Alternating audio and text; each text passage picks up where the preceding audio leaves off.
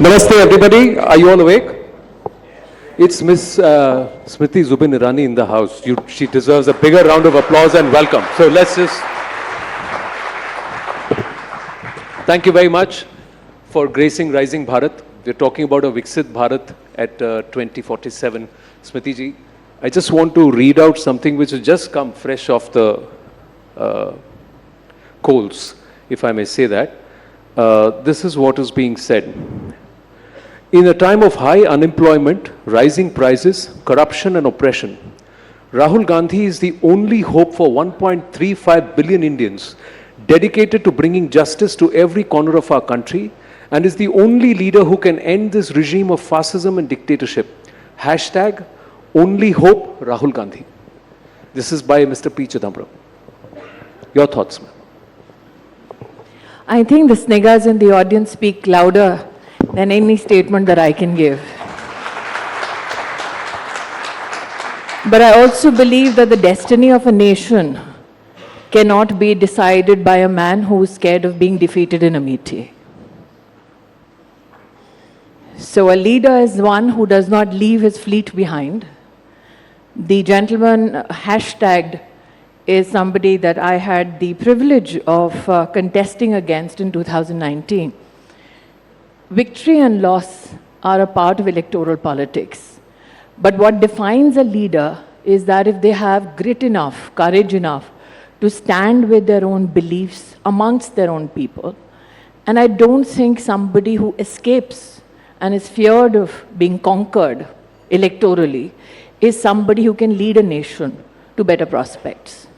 So I understand the compulsions of Mr. Chidambaram, but I also recognize that the voter at large respects the reality of a rising Bharat. लेकिन वो ये कह रहे हैं कि वो शक्ति को हराएंगे। देखिए, उन्होंने कहीं ना कहीं अपने आप को एक क्लैरिफाइड पोजीशन में अब रखा है। कहा है कि मैं उस शक्ति का उल्लेख नहीं कर रहा जिसका धर्म से कोई संबंध हो। लेकिन आज के एक एक्सपेंसिव कम्युनिकेशन और मीडिया के दौर में उनकी शब्दावली छुपी नहीं है किसी से देश में। ये पहली बार नहीं है कि उन्होंने मेरे धर्म हिंदुइज्म के खिलाफ कोई वक्तव्य दिया हो। लेकिन मेरा ये मानना है कि अगर वाकई में वो सेक्युलर हैं तो धर्म की आड़ में ना लड़ें, मुद्दों के आधार पर लड़ें। स्पष्ट रूप से पूरे राष्ट्र ने उनको सुना जब उन्होंने कहा कि शक्ति जिसका हिंदू धर्म में उल्लेख है वो उससे लड़ना चाहते हैं। तो मैं तो एक हिंदू के नाते इतना ही कहना चाहती हूँ कि आज तक जिसने मेरे धर्म को, मेरे आराध्य को ललकारा है, उसका क्या हश्र हुआ है। कोई रामायण, गीता, महाभारत पढ़ ले, उसको इस बात का अंदाज़ा हो जाएगा। लेकिन अगर कोई हमसे ये कहे कि हम उनके शब्दों को समझ नहीं पाए और शायद उनका उल्लेख जो था वो राजनीति के कॉन्टेक्स्ट में था, धर्म के कॉन्टेक्स्ट में नहीं, तो मैं जानना चाहती हूँ किस शक्ति से लड़ना चाहते हैं। प्रधानमंत्री मोदी ने इस देश में 4 शक्तियों का विशेष उल्लेख किया। एक नारी शक्ति, दूसरा युवा शक्ति, तीसरा कृषि की शक्ति और चौथा वो गरीब जो अब उत्थान की ओर बढ़ रहा है। तो इन चारों में से किस शक्ति से राहुल गांधी लड़ना चाहते हैं? ये वो शक्ति की बात कर रहे हैं जो ईडी को कंट्रोल करती है, ईवीएम को कंट्रोल करती है। देखिए, पुरानी एक हिंदी में कहावत है, चोर की दाढ़ी में तिनका। अब जिसकी दाढ़ी ही तिनकों से भरी हो उसको थानेदार में भी चोर नजर आता है। लेकिन जिसने